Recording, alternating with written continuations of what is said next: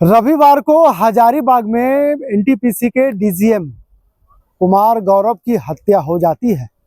उसके बाद यह हत्या को लेकर के तमाम विपक्ष के नेता विधानसभा परिसर के बाहर सरकार पर सवाल उठा रहे थे। ऐसे में लाजमी था क्योंकि हत्या किसी आम व्यक्ति की नहीं बल्कि एक बड़े अधिकारी की हुई थी और इस हत्या के पीछे कहीं ना कहीं जिस तरह से घटना के बाद झारखंड के डीजीपी अनुराग गुप्ता ने कहा कि हत्या की जो साजिश रची गई है ये जेल से रची गई है।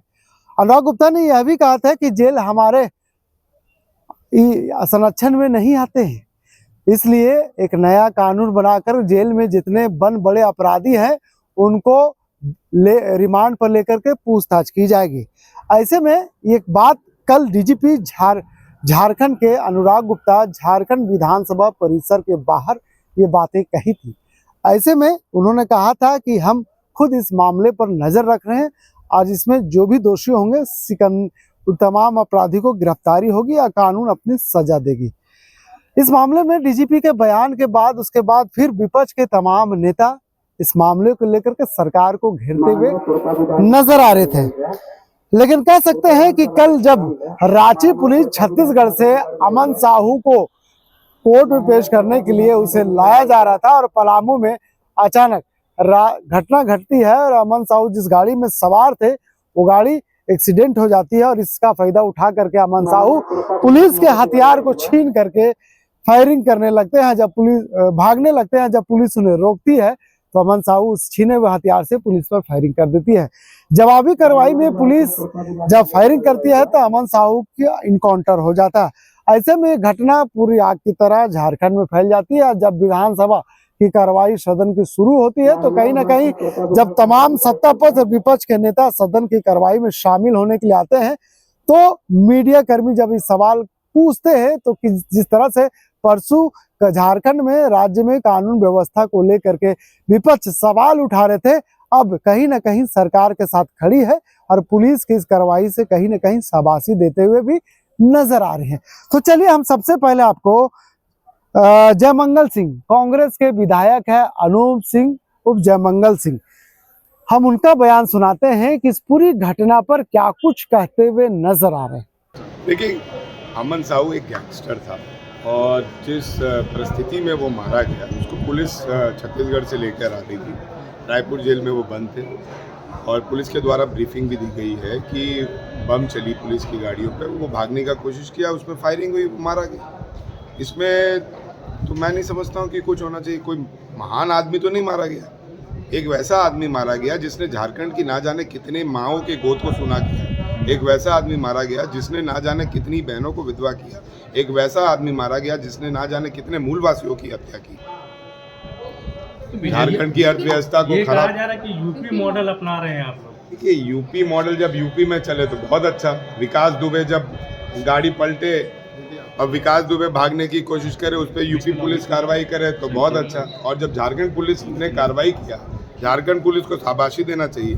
तो परसों यही विपक्ष खड़े होकर गौरव की हत्या पर शोक मचा रहा था, हल्ला कर रहा था। आज यही विपक्ष अमन साहू की एनकाउंटर पे सवाल खड़ा कर रहा है। विपक्ष चाहते क्या है मेरे को समझ में नहीं आता। नहीं, बाबूलाल जी प्रशंसा की है, बोले बहुत अच्छा हुआ है।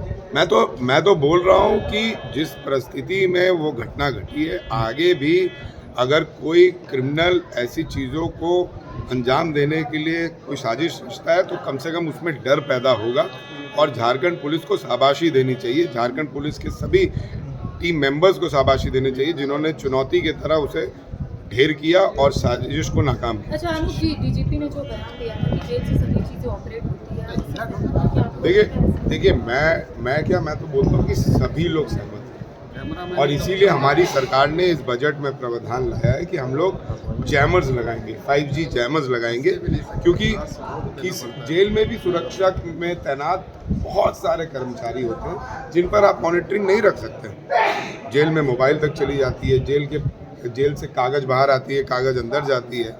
जेल में जो लोग मिलने जाते हैं उनके द्वारा मैसेज बाहर कम्युनिकेट किया जाता है। तो इन चीज़ों पे भी मैं तो धनबाद डीसी और धनबाद एसएसपी को धन्यवाद दूंगा कि उन्होंने कल जाकर धनबाद कारागार में रेड मारा है। ऐसे हर जिले में रेड पड़ना चाहिए जहाँ पे कारावास है और रेड के साथ साथ रेगुलर चेकिंग चलना चाहिए, क्योंकि क्रिमिनल्स का मन सही में बढ़ गया। और जो झारखंड पुलिस ने आज किया है, चुनौतियों के साथ उसके गैंग्स का सामना किया और उसे ढेर किया, मैं समझता हूँ कि डीजीपी, एसएसपी और उनकी पूरी टीम को झारखंड की जनता बहुत बहुत हृदय से धन्यवाद देती है। तो कांग्रेस के विधायक जयमंगल सिंह उर्फ अनूप सिंह जिस तरह से पुलिस ने कार्रवाई की है, उसके बाद कहीं ना कहीं पुलिस को बधाई देते हुए नजर आ रहे हैं।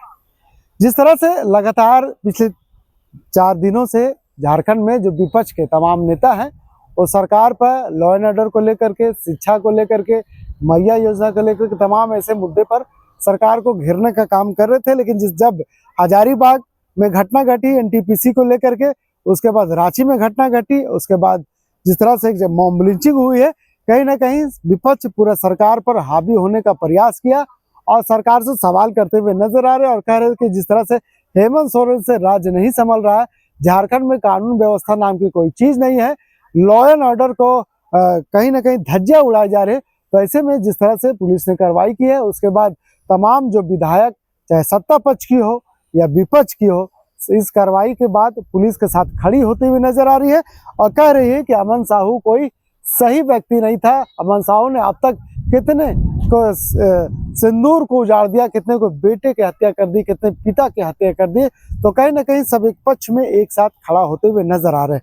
लेकिन चलिए, हमने आपको अनूप सिंह कांग्रेस के विधायक उसका बयान सुनाया, अब हम आपको गढ़वा के विधायक सत्येंद्र नाथ तिवारी का बयान सुनाते हैं कि इस पूरी घटना पर क्या कुछ कहते हुए नजर आ रहे हैं। पूछिएगा, हमारे पीछे पीछे लाग जाएगा। नाम में उनको दिक्कत है क्या?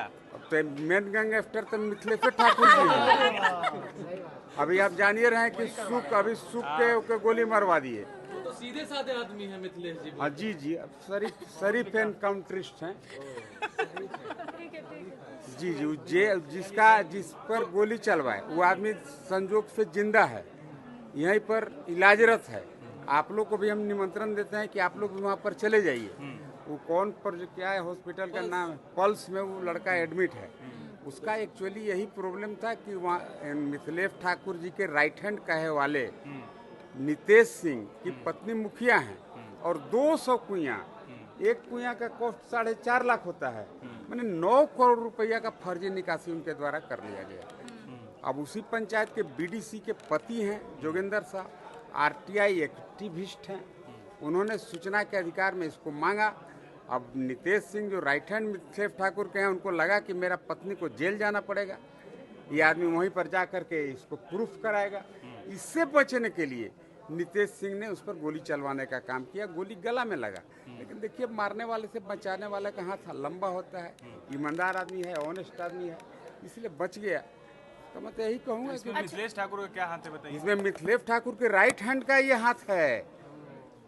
आप तो विधायक जी मंत्री के पीछे पड़ गए, जो पूर्व मंत्री। काहेला हम पीछे पड़ेंगे, हमारा बेचारा क्या लिया है, पीछे पड़ेंगे। आपको शोकॉज चला जाएगा अब।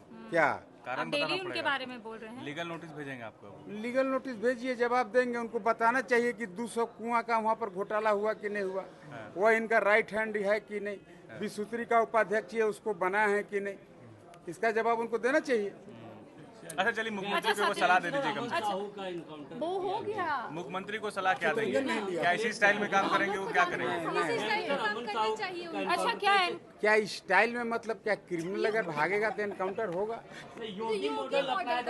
योगी मॉडल अगर झारखंड में उतर जाए तो झारखंड भी सुधर जाएगा यूपी की तरह। तो ये वाला योगी मॉडल ही था। ये जोगी मॉडल क्या कहेंगे? अगर एनकाउंटर हुआ है, अपराधी तो मारना है, मरना ही चाहिए अपराधी को।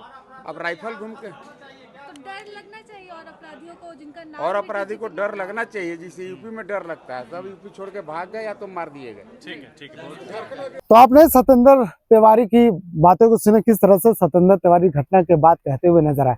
यहाँ सिर्फ सत्येंद्र तिवारी ही नहीं, बल्कि विपक्ष के नेता बाबूलाल मरांडी, या फिर कह दें उनके तमाम जो राजेश कच्छप, या फिर दीपिका पांडे सिंह, या फिर शिल्पी नेहा तिर्की, या नवीन जायसवाल, तमाम ऐसे जो नेता हैं, चाहे सत्ता पक्ष के विपक्ष हो, इस घटना पर पुलिस को बधाई देते हुए नजर आ रहे हैं। लेकिन सवाल ये भी है कि जिस तरह से आपने सुना था कि 2 साल पहले जब यूपी में आदित्य योगी की सरकार बनी थी, तो वहां पे गैंगस्टर को खात्मा करने के लिए इस तरह से कार्रवाई किया जा रहा था। सवाल ये भी है कि क्या अब यूपी के नक्शे कदम पर झारखंड चल चुकी है। लेकिन बात यहाँ ये है कि यूपी के नक्शे कदम पर झारखंड चल रही है कि नहीं चल रही है, पुलिस क्या कार्रवाई की है कि नहीं की है, पुलिस कैसे किसी अपराधी को अंजाम तक पहुंचाने का जो साजिश है रचती है कि नहीं रचती है, तमाम ऐसी चीजें ये जांच का विषय है। लेकिन फिलहाल कह सकते हैं कि जिस तरह से अमन साहू की घटना घटती है, पुलिस का हथियार छीनती है, पुलिस जब उन्हें रोकने का प्रयास करती है तो पुलिस पे जवाबी फायरिंग करते हैं और पुलिस जब इस पर कार्रवाई करती है तो इनकाउंटर में अनूप साहू मर जाते हैं, यानी घटना में शिकार हो जाते हैं। और इस मामले को लेकर के जिस तरह से अब सत्ता पक्ष और विपक्ष के तमाम जो नेता है ये कहते हुए नजर आ रहे हैं कि कहीं ना कहीं सरकार और पुलिस लगातार इस तरह की कार्रवाई करेगी तो निश्चित तौर पर झारखंड में अपराध का जो गिरोह चल रहा है, जो लोग परेशान हैं, अब उससे लोगों को राहत मिलने का काम होगा। फिलहाल कह सकते हैं कि आज सदन का आखिरी दिन हो, इसलिए कह रहे हैं हम क्योंकि होली का छुट्टी होना है। सदन में कुछ देर के बाद जब सदन की कार्रवाई खत्म होगी, तमाम नेता एक एक करके विधानसभा के बाहर निकलेंगे, चाहे सत्ता पक्ष की बात करें या विपक्ष की बात करें, तमाम इकट्ठा होंगे और एक दूसरे को होली की बधाई देते हुए नजर आएंगे। फिलहाल कोयलांचल संवाद इस खबर से हम आपको इसलिए रूबरू करवा रहे थे कि एक बड़ी घटना घटी है और इस घटना में एक गैंगस्टर की मौत हुई है और इस मौत के बाद तमाम सत्ता पक्ष और विपक्ष के नेता एक साथ खड़ा होते हुए नजर आ रहे हैं। क्या कुछ इसके बाद होगा, कोयलांचल संवाद आपको तमाम चीजों पर अपडेट करने और रखने का काम करेगी। फिलहाल इस खबर के लिए यहीं तक। वीडियो जर्नलिस्ट फैयाज के साथ मैं नौशाद, कोयलांचल संवाद, रांची।